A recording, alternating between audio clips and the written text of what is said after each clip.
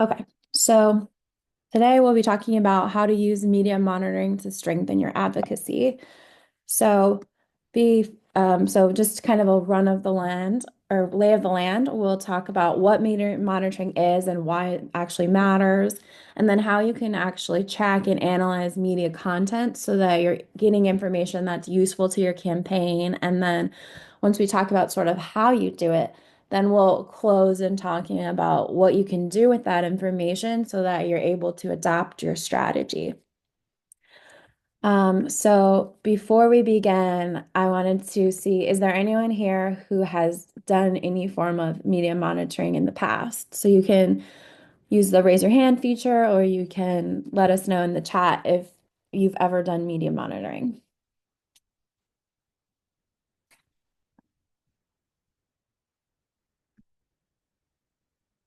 Okay, Rose has, great.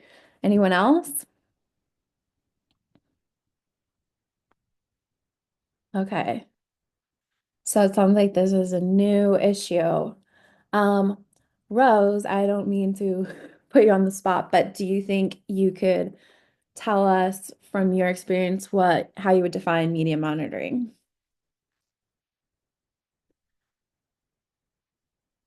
Hi, Jill. Hi, everyone.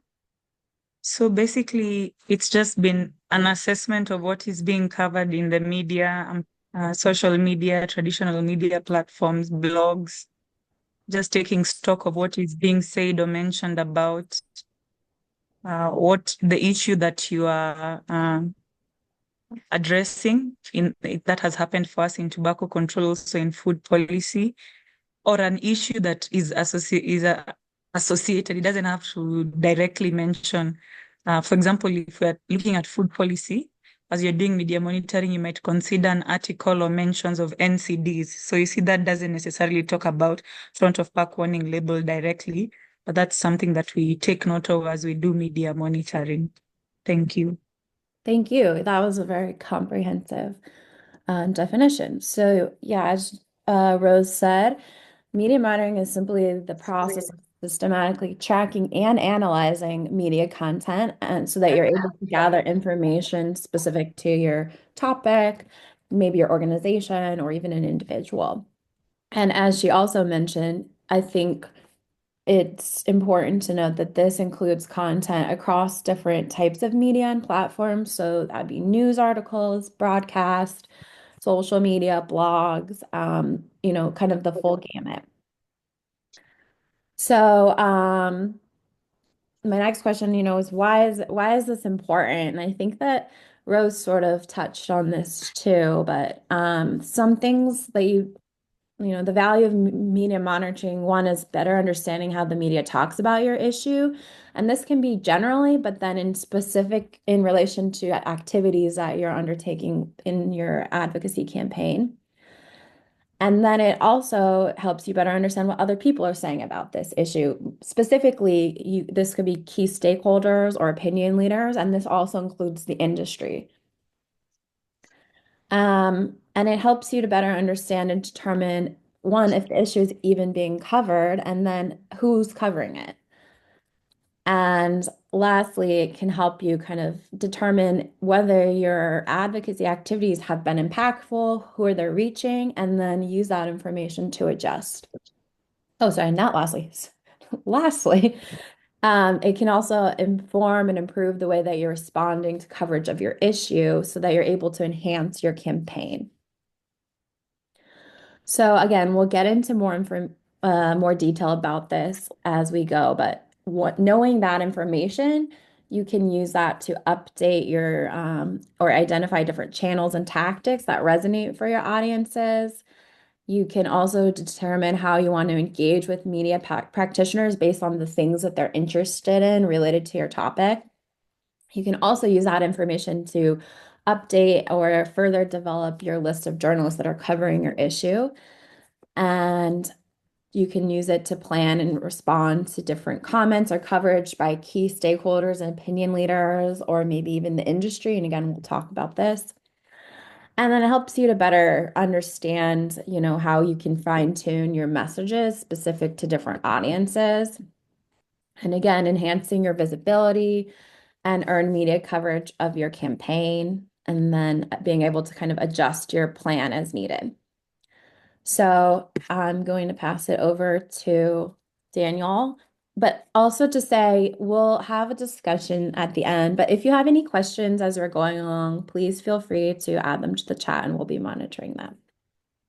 Thanks, Jill. So for those who came in late, just again, I'm Daniel Zinn. I'm GHAI's Food Policy Programs Communications Associate. I'm going to talk to you all a little bit today about how to do media monitoring, some of the nuts and bolts that go into it on both the micro and the macro level, and how you can kind of carry that out yourself. So, and my apologies if any of this information is redundant, but we're just going to get into it. So, Jill, can you go to the next slide?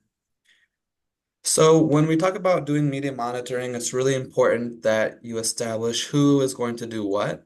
And there's really two options, whether you will contract with, they have media monitoring firms, or you can conduct it yourself.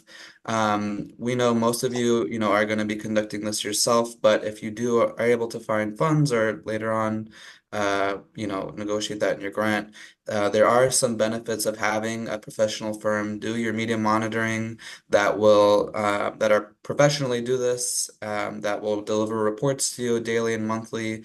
It is more expensive, but it requires less staff time. But you'll need to note that, the firm may not be an expert on the issues you work on, so you would still need a dedicated staff member to kind of coordinate and manage with the firm's work. But if you are going to do it in-house, there are a number of tools that you can use, like Google Alerts and Excel, to track and analyze media content, and also just doing key searches on key media outlets. Um, this is a more cost effective option, but it does require significant staff time, so you will need, like I said, that dedicated staff member to work on this. Next slide. I also just wanted to add that if you, as my Daniel said, if you further decide that you are able to contract with a media monitoring firm, we can work with you to kind of fine tune that and work on the contract and that sort of thing. Yeah, absolutely. So when we look at the frequency of media monitoring, we want to look at both daily monitoring reporting as well as a monthly analysis. So daily media monitoring, this provides us a quick snapshot of the most important stories and any major news of the day.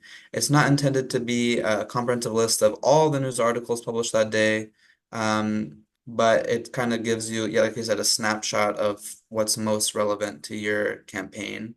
It's really important to be effective that this happen daily and be delivered to anyone that's relevant in a readable, timely format. And when we look at monthly media reports, these are more on the macro level, greater details about reporting trends, raw data for you to analyze and maybe even compare to previous months to consider as you kind of plan and shift maybe some of your media advocacy tactics.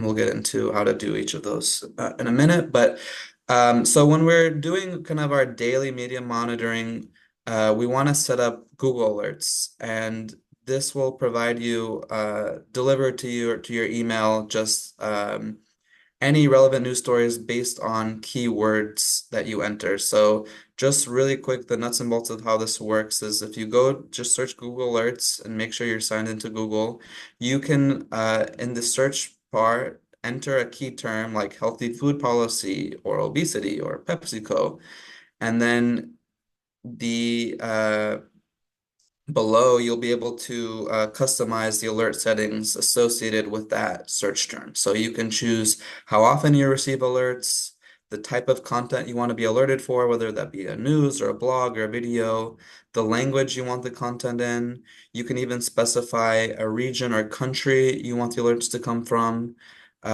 You can, for the how many, you can say only the best results or all results to filter the quality of the alerts.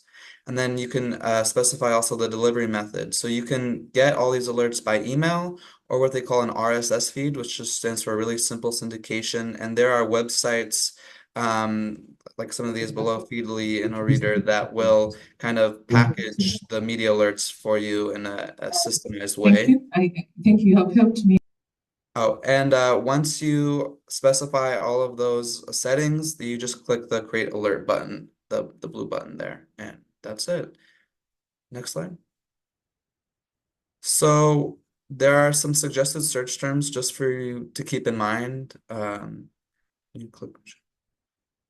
So here's just a list of some terms that you might find helpful. This will be a process for you to determine what relevant keywords you want to use to monitor, and it will be a trial and error process, but just some examples, you can use things like non-communicable diseases, obesity, things that speak to the problem you're working on.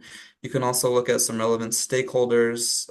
We work a lot in Latin America, so we have the Pan American Health Organization, but for you all, it might be Afro or the World Health Organization. You can use the names of the policies themselves you're working on, and some associated words like sugary beverages, maybe, or front of package warning labels. I think for the purposes of your industry monitoring too, it's important to include major national and international food and beverage brands. So maybe Coca-Cola, Badak, for example, is an Indonesian cola brand. So if there are some national subsidiaries that are important to monitor, you would include those.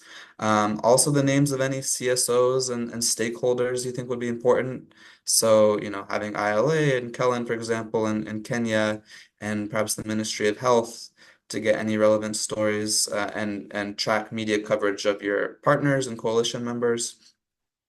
Again, the legislation name, other government programs and initiatives that might be relevant.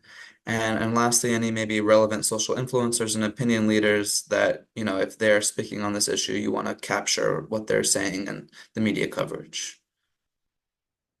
Okay, next slide.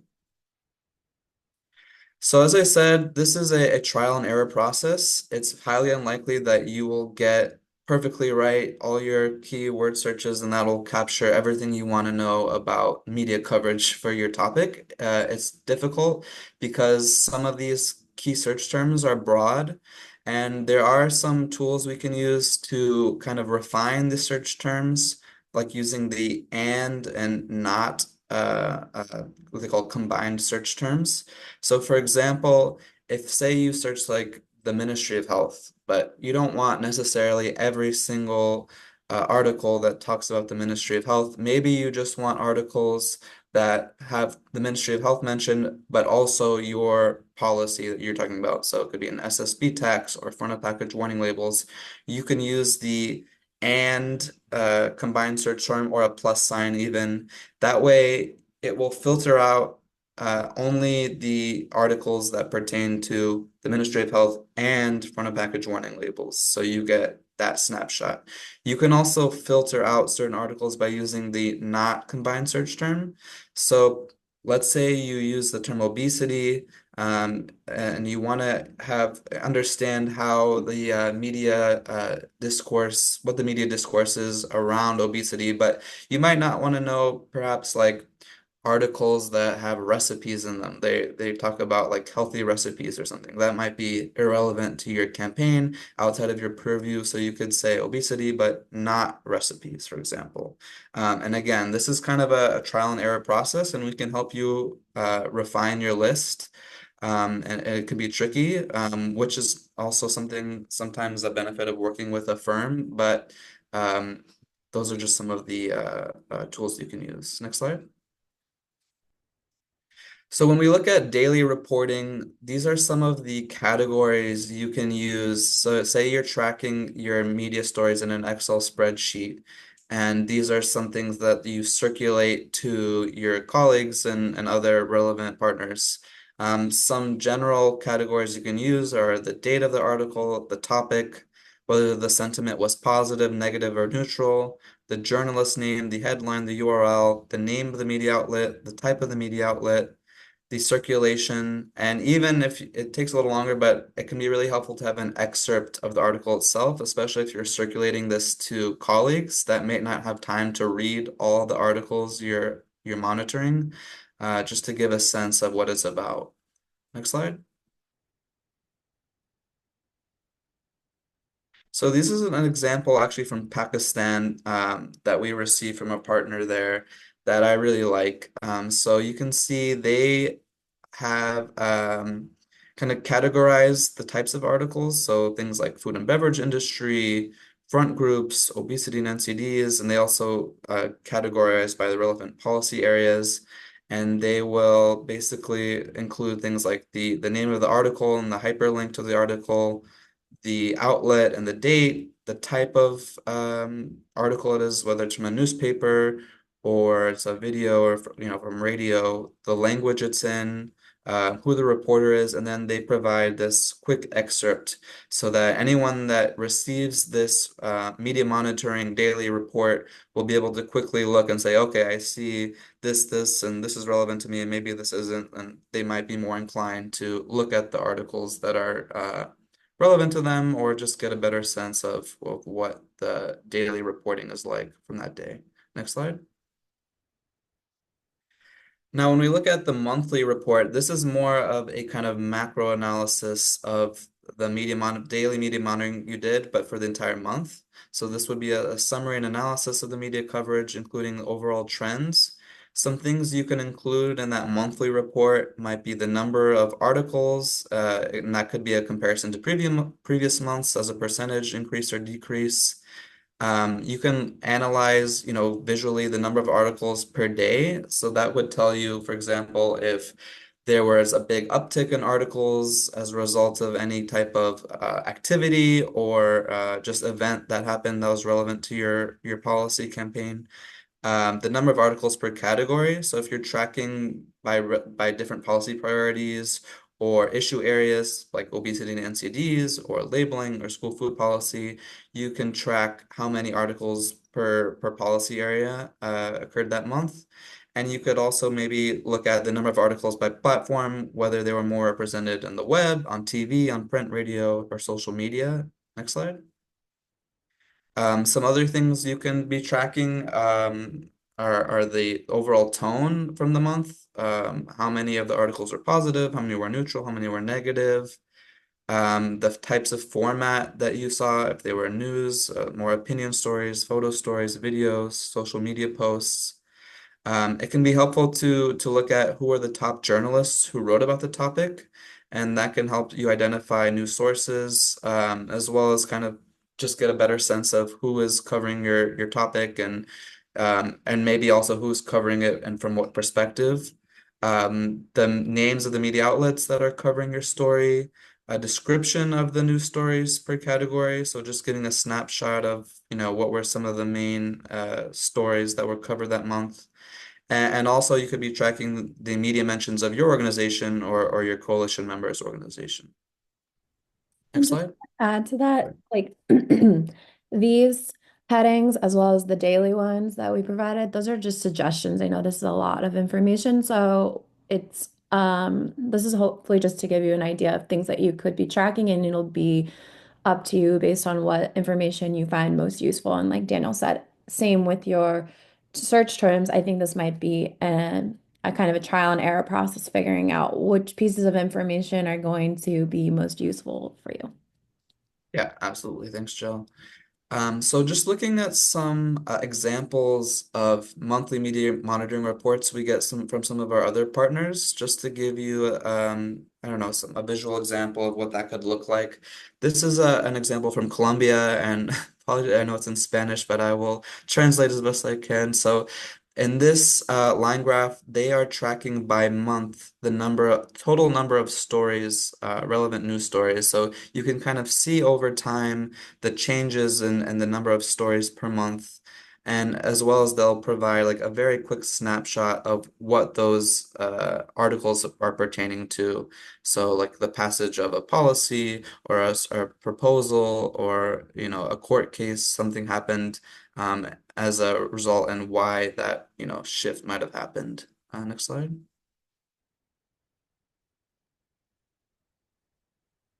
And again, this is another comparison by month. So looking at more like on a trend level, like, what were the overall trends for that month and why that might have resulted in a drop or increase in number of stories, can be a helpful snapshot. And I think if we go back, so you can see like, but this is between May and June, there was a huge uptick in the number of articles. And then this was the following, like, so that was that high uptake and then it went back down again. And I think if I recall, this was related to a piece of legislation that had been introduced. So there's a lot of media coverage around that, which would explain, that jump. Right, yeah. It's really nice to have that kind of snapshot of the context, why we see upticks or decreases in the total number of stories. Okay, so in this one, they're comparing total stories by policy area. So school feeding, front of package warning labeling. This is just media mentions of their organization, Red Papas, sugary beverage taxes, obesity and non-communicable diseases, and marketing. So you can kind of get a sense on the media discourse within the healthy food policy category, what they're talking about more. And again, they provide just a little snapshot of that for that month, what were most of the stories pertaining to? This is an example from South Africa. So this is just another way you can think about visualizing total number of stories by policy area. And this one, they use a pie chart and this in this table, and they include things like the total number of clips and the percentage of that represents of the total stories monitored. They also like include things like the circulation, so you can kind of get a better sense of like the reach of that coverage. Next slide. Here, another example from Colombia. Again, they're showing the percentage of stories pertaining to certain policy areas and comparing it in a bar graph, just as a kind of visual way to see what the media discourse is like on their issues. Next slide. Another thing you can consider if it's helpful for you is to monitor on a regional basis. So again, here in Colombia, they actually um, compare the number of media stories coming from local outlets by province. So looking at like total online and national stories, but also in local news, what percentage of stories are coming from different areas and comparing that over time.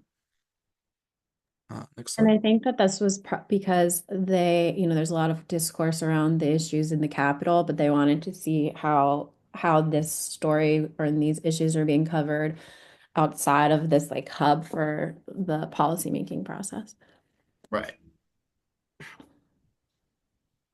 And here, in another example from South Africa, here's an example of how they might do a kind of a concise overview of the media coverage from that month. So they'll include after they kind of show the number of media stories per category, what was the coverage like? So in South Africa, they're working on what's called the health promotion levy, which is a sugary beverage tax. So here they just have a series of paragraphs kind of underscoring and highlighting what were the articles pertaining to for that month. Because there might be a few different examples, and so this way you get a little bit more of a narrative around what those stories were about. Here from South Africa again, they also will report on the number of stories by journalists. So this gives them, I guess, a good sense of tracking, what journalists are consistently covering their issues. And again, when we talk about, I think building relationships with journalists, it's great to have a sense of, how much is that journalist actually covering our story? Can we find ways to keep connecting with that person? Are there people that, aren't covering our stories that used to, that we could be reaching out to? It can just be helpful to know who is covering your story and also in what outlets that's coming from. Next slide. In this example from Colombia, they'll also include some key news stories. So let's say you had like a really big feature on the front page of the newspaper, or there was maybe even a TV news segment that featured your organization and your campaign. Rather than, that's significant, you might want to snapshot that to highlight it as a way of kind of looking beyond just, what is the media discourse around your issue area. If you're making significant progress or getting significant news coverage, finding ways to highlight that, like having a snapshot of the news article, um, can be a good way to communicate that to anyone that receives your monthly report. And lastly, just keeping everyone in the loop. And again, you can decide who receives your media monitoring and whether that's helpful or not. But generally, sharing across your entire coalition can ensure that everyone sees the same news at the same time and quickly coordinate if a response is needed. You can include media monitoring updates in your regular coalition meetings or coalition communications meetings, where you can share those highlights, discuss some lessons learned and upcoming challenges. I think it's really helpful to internally too for kind of understanding the progress of your campaign and whether you need any shifts possibly in your communication strategy. So those are the nuts and bolts of media monitoring. Again, I'll emphasize that you can make it what you want and what's most helpful to you, and we can be here to support that process. Thank you. Thanks, Daniel.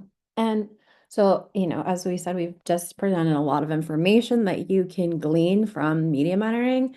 And so now we wanted to kind of talk about what can you do with that information and put it into action so that it's actually useful and not just a lot of data. So, media monitoring is really impactful in being able to plan your execution of your campaign and really inform what you're doing. So it allows you to really track your performance and see if you need to make any changes to your plan based on what you're seeing. And I think it also provides a really clear picture of the impact of what you're doing. So, some of the questions that media monitoring can help you answer is whether you've developed or delivered effective advocacy messages to your primary audiences, whether you're doing a good job of delivering your message using different channels, because we know that your message will be more effective and it will reach a broader audience if you're saying the same thing across multiple channels, saying the same thing in different ways so that it really permeates and breaks through kind of all the noise that your target audience is hearing. It also helps you kind of think about if you've proactively built relationship with journalists and become their go-to for information about your issue, and then to see if there's been an increase of coverage of your issue, and whether the public is actively supporting your policy through social media. It can also help you better understand if your media activities are resulting in active participation. If your press releases that you're submitting or putting out are actually resulting in news articles. Um, Similarly, if your press conferences are resulting in coverage, if your digital campaigns might have engaged journalists, which issues related to your campaign are being covered. And then I know a lot of you have expressed interest in media monitoring as relates to your industry monitoring efforts. So this is also another thing where you can really think about what level of media discourse is countering your campaign. And I think that this is a key place for you to reflect on industry narratives. So I wanted to give a couple of examples of, information you might receive and then what you can do with that. So one of the things that we said is media monitoring helps you understand which aspects of your issue are gaining media attention and how the media is framing the issue. So let's say, for example, you learn that the media is really interested in large-scale statistics that show annual death rates from NCDs because they know it's going to shock the readers. But then as they're interpreting this, they're focusing the blame on individual behavior and choices around food rather than thinking about the lack of policies to really support people to make more informed, healthy choices, and rather looking more at the systematic issue. So knowing that, then you can use that information to kind of develop your messages and, first you can target the media who are interested in this issue and, they can be involved in maybe your journalism trainings, or you can kind of work on framing the issue in more towards systematic policy change rather than blaming individuals, because that's an industry narrative. And then you can also build on the momentum of certain aspects of the issue that the media is interested in. So, for example, let's say that the industry is interested in food safety, which is relevant in the healthy food space, but it's not exactly, not directly related to your issue areas. But you can use that interest from the media and kind of use that to reframe towards your policy issue areas. You can also use media monitoring to understand who's covering your issue. So maybe you find out from your media monitoring which reporters and outlets are actually covering your issues in any form. And then you can use that information to update or expand your media contact list so that you know a couple of things. You know who you can reach out to if you have a positive story. If there's a negative story that comes out that needs to be corrected or updated, you'll know who you can reach out to on that. And then also tips about any breaking news or investigative pieces. So it's kind of expanding your network and really understanding who who um, who you can go to and better establishing that relationship so they know that they can come to you for information and you can become their go-to. Um, this is also I think I actually already touched on this, but identifying how the media reporting your issue. So again, let's say your media is really interested in one issue area that's not necessarily related to your policy issue. Then you can think about how you want to engage the media, and you can leverage this other interest kind of as an entry point for your policy issue. But then, more broadly, as you're engaging with decision makers through courtesy visits and your other stakeholder advocacy visits, you can apply this information and it can inform your approach. So you can refer to coverage of this, let's say in the previous example, coverage of food safety, and then link that to your issue area and say, look, is strong public interest in this issue and in your decision makers taking action. So you kind of have a handle on what the discourse is so that you can use that not only in informing your media advocacy efforts, but also your advocacy visits. Again, you can really use this information to understand what other people are saying about the issue. So let's say, for example, there's been a major milestone in the policy process, and then there are negative issues arising in the media about what would happen if the policy is passed. So you can use this information to determine whether and how to respond to the negative press coverage. And it's important to note that, sometimes you don't want to respond. It's not your best approach. But so that's something that you'll need to determine within your campaign. But it's good to know, what is being said by the industry or other people as far as opposition. But if you have adversaries that are giving false information or inaccurate information, of course, it's important to come ready to respond with data that supports your policies and counters their messaging. Okay, I think that that's it. Before we open it for question and discussion, I just want to see, I know we have Bobby as part of our comms team and Adeolu as part of our industry team. So I don't know if there's anything either of you would like to add from those perspectives.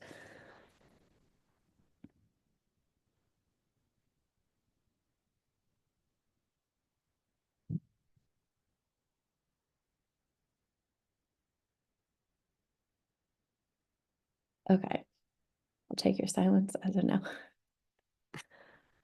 All right. So, is there anyone who has any questions before we kind of move into further discussion on this? Any of our participants or reflections?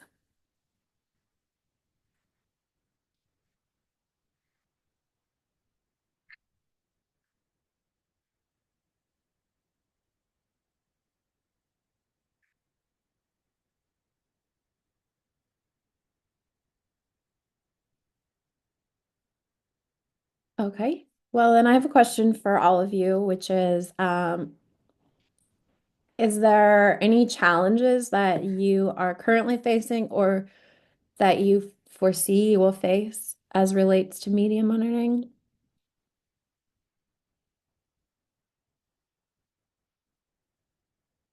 And you can feel free to raise your hand or answer in the chat.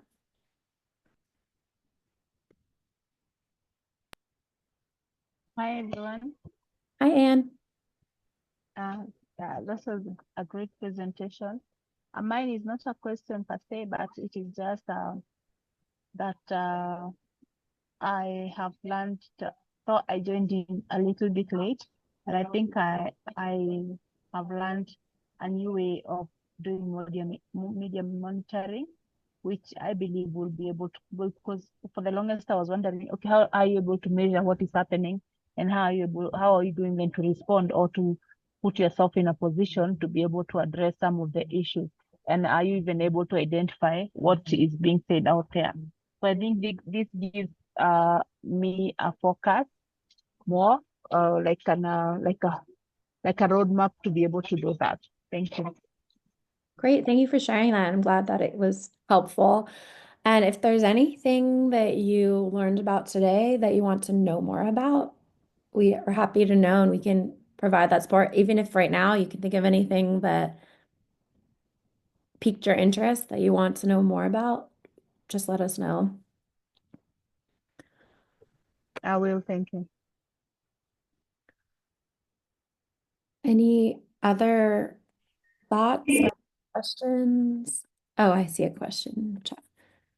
How can you identify the number of reach of audiences for specific messages under your monitoring efforts? So you're wondering, as you're looking at specific messages, how can you identify the reach?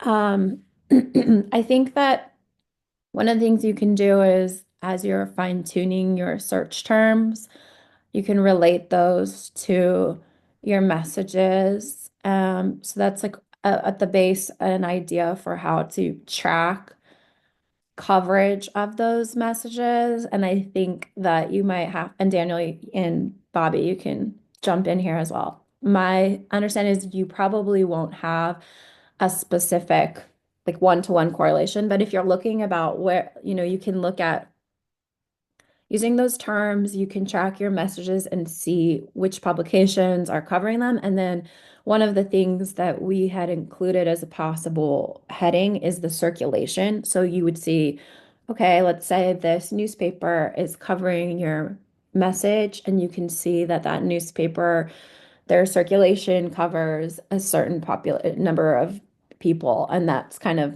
a proxy. But Daniel or Bobby, please add if or correct me if you disagree.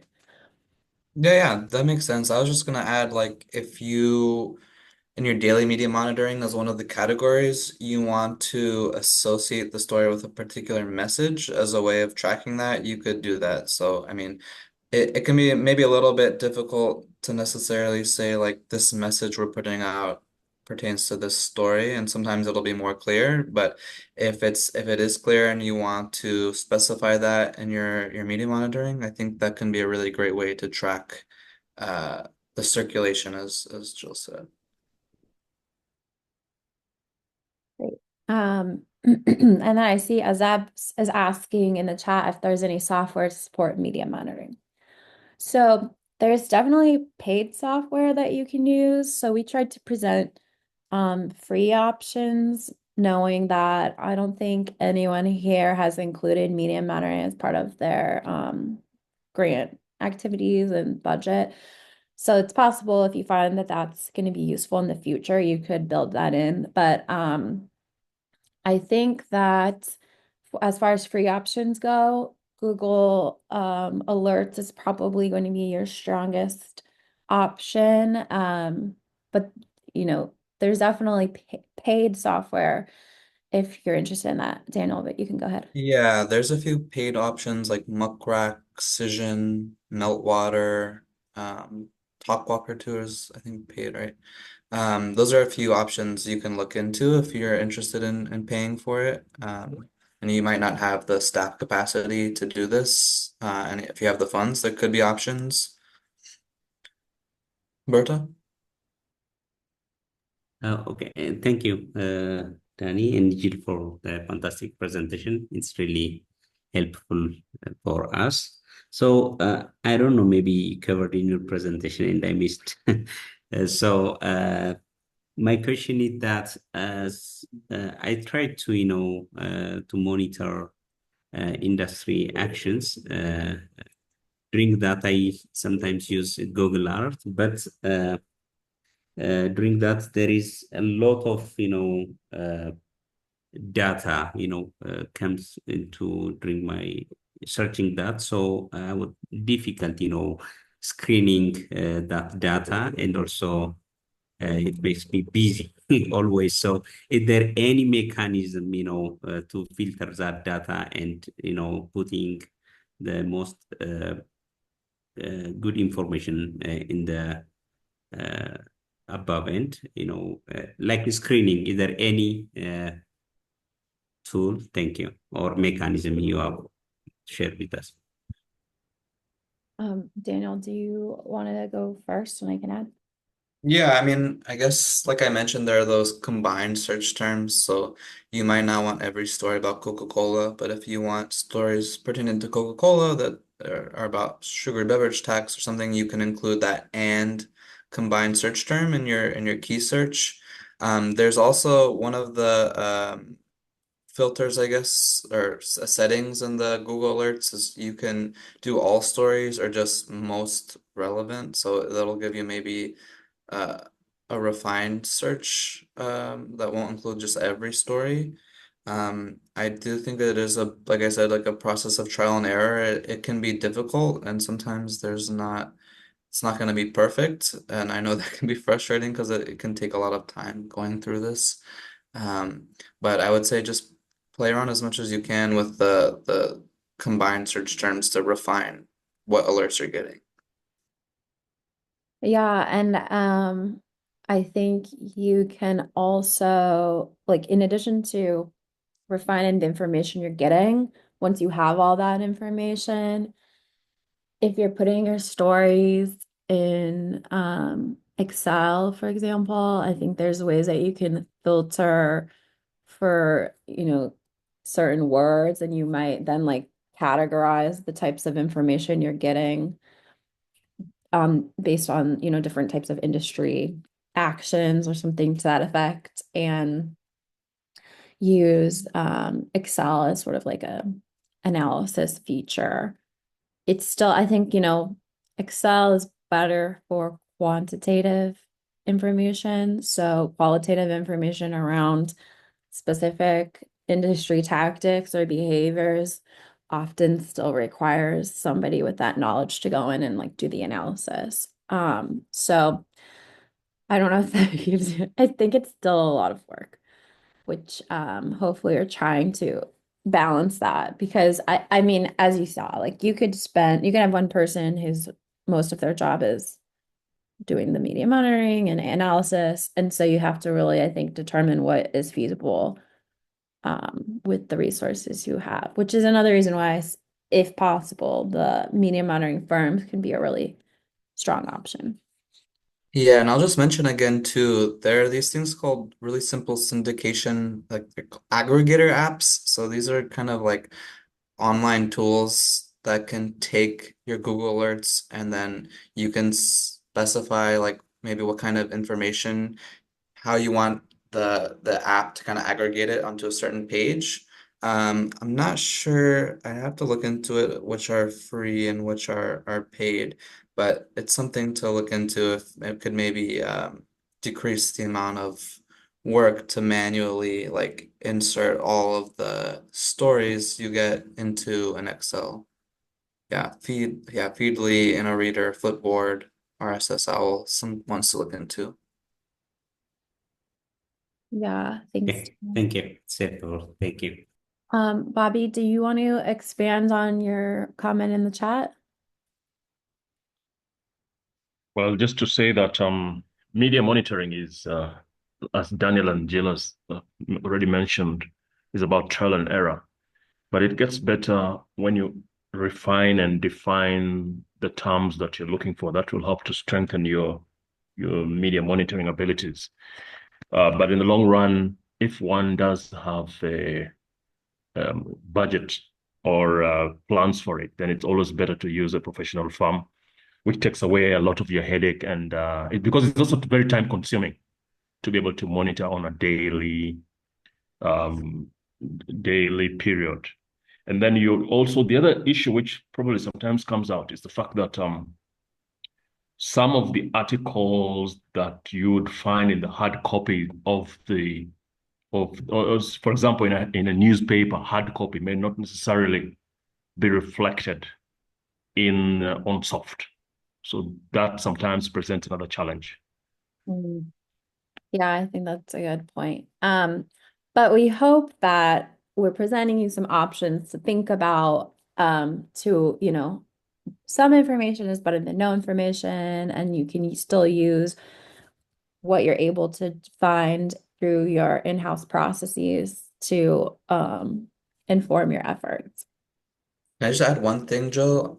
Going off what Bobby said, yeah, I think when you're going into this process to kind of uh, decrease the time commitment, because it can be very time consuming, it's good to start this process and define to what you hope to get out of this process and kind of use those goals to orient your media monitoring rather than the other way around, because you can get lost in a sea of stories about this and that. But if you really define, what do you want to know and why? That will really help you again define that glossary of terms and make this most effective and time efficient. Yeah, that's a great point. I see that we are at time, so we will be sharing the recording and the slides from today's training. And as we've said, we are happy to work with you to refine your terms, or if you need more help in just kind of getting started with this process, we're all available for you. And you're welcome to follow up with us with other questions that you might have. So thank you everyone for joining today. And I hope that you all enjoy the rest of your day. Thank you. Thanks, everyone. Have a good Thank evening. you. Thank you. Thank you, everyone.